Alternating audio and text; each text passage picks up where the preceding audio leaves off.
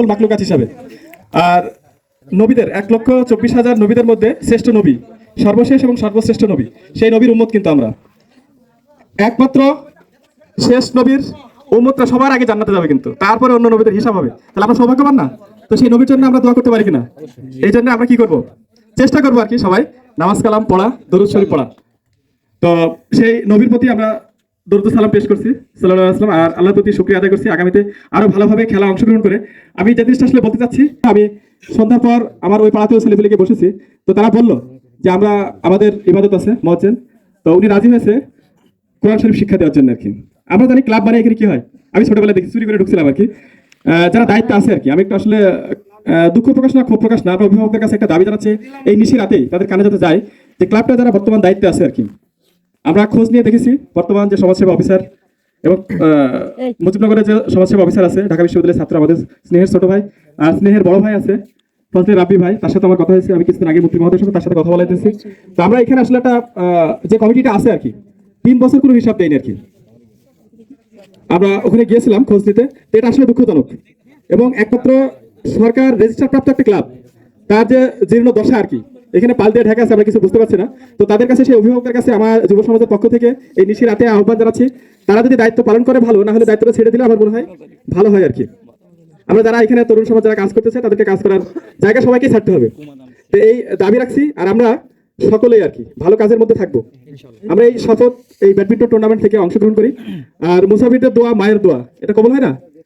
এবং আল্লাহর নবী নিজেও এটা সহিহ হাদিসে বলে দিয়েছে যে 3টা পুরস্কার কাকে খেদমত করে, পরপর 3বার বলেছে, তাই না? মায়ের কথা, তারপরে বাবার কথা। এবং একটা মানুষের মৃত্যু যন্ত্রণাগত, আমরা যখন জন্মগ্রহণ করি একটা মায়ের, তাই না, যে একটা মানুষের স্বাভাবিক যে মৃত্যু যন্ত্রণা সহ্য করার ক্ষমতা, তার থেকে 3 গুণ একটা সন্তান প্রসব করার যখন, এখন বর্তমানে সিজার, দেখো পুরো পেট কেটে আমাদেরকে নিয়ে আসছে, তাই না?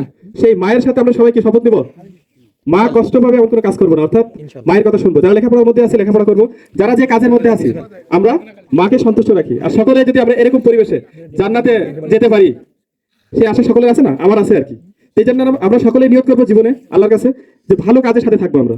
আমি কিন্তু এই যুব সমাজের যে জন্য থাকা আমার, সেটা হচ্ছে কি, আমরা দেখেছি এখানে, আমরা যখন ছোটবেলায় এখানে ছিলাম আর কি, 2000 সালের প্রথম দিকে বা 90-এর দশকে, আমরা মাদক এই জিনিসটা, গাঁজা এই জিনিসটা কুষ্টিয়াতে শুনেছি আছে আর কি। কিন্তু এই এলাকায় যে একটা বিরূপ প্রভাব বিস্তার করেছে আর কি, আমি যে প্রশাসন, ওনাকে দাওয়াত দিয়েছিলাম, উনি কিন্তু আমার কুষ্টিয়ার বাড়ি আর কি, যে আব্দুল হাসেম আছেন, ওনাকে আমি ফোন দিয়েছিলাম। তো আমি বললো সময় পেলে আমি যাবো, ওনার সাথে খুব ভালো সম্পর্ক আমার।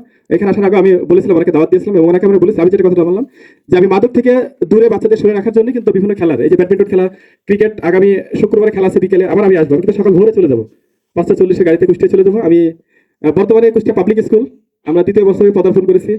400-র কাছাকাছি স্টুডেন্ট ভর্তি হয়েছে আমাদের প্লে থেকে 10ম শ্রেণী, সেটার পরিচালক এবং প্রিন্সিপাল হিসেবে দায়িত্ব পালন করছি, এই সকলের দোয়ায় আর কি। এবং আমার ইচ্ছা আছে মুজিবনগরে, মেহেরপুরে এবং গাংনীতে 3টা থানাতেই শিক্ষা প্রতিষ্ঠান করার, অর্থাৎ শিক্ষার সাথে থাকা আর কি। এটা কিন্তু যখন প্রথম কোরআন নাজিল হয়, পৃথিবীর শ্রেষ্ঠ গ্রন্থ আর কি, তাই না, যেটা পড়লে কি হয়, উপকার হয়। আর কোন গ্রন্থ পড়লে উপকার হয় না, কিন্তু একমাত্র গ্রন্থ যেটা পড়লে কি, যার 1 অক্ষরে 10 নেকি থেকে শুরু করে আল্লাহ কোটি কোটি গুণ বৃদ্ধি করে দিতে পারে কিন্তু। তো সেই গ্রন্থ আমরা পেয়েছি, তাই না? তো সেখানে প্রথম কি নাজিল হয়েছিল? হীরা গুহায় ইকরা, অর্থাৎ কি বলা হয়েছিল? পড়ো। আর আমার নবী কি বলেছিলাম? আমি তো পড়তে পারি না, আমি তো মূর্খ, ঠিক আছে? তো জিবরাইল তাকে সাহায্য করে কি পড়ালো আর কি। তো সেই জন্য আমরা পড়বো নাকি ইনশাআল্লাহ। কোরআনের পাশাপাশি কোরআন সম্পর্কিত যে বইগুলো আছে, হাদিস, সেগুলো আমরা পড়বো আর কি। তো সকলে আল্লাহ আমাদেরকে মাফ করুক, এবং সকলে জান্নাতে যাতে আমরা যেতে পারি। কি কাজ করলে জান্নাতে যেতে পারবো আল্লাহ ভালো জানেন আর কি। সেই কাজটা মৃত্যুর আগে যাতে করিয়ে নেন, সেই দোয়া আল্লাহর কাছে, সেই দরখাস্ত আল্লাহর নবীর মাধ্যমে আল্লাহর কাছে রেখে আমি আমার সংক্ষিপ্ত বক্তব্য শেষ করছি। আর অসংখ্য ধন্যবাদ দিচ্ছি আমারও এত রাত জেগে এই বাচ্চাগুলো এখানে আছে, সকলের সুস্বাস্থ্য এবং উজ্জ্বল ভবিষ্যৎ কামনা করে শেষ করছি। আসসালামু আলাইকুম।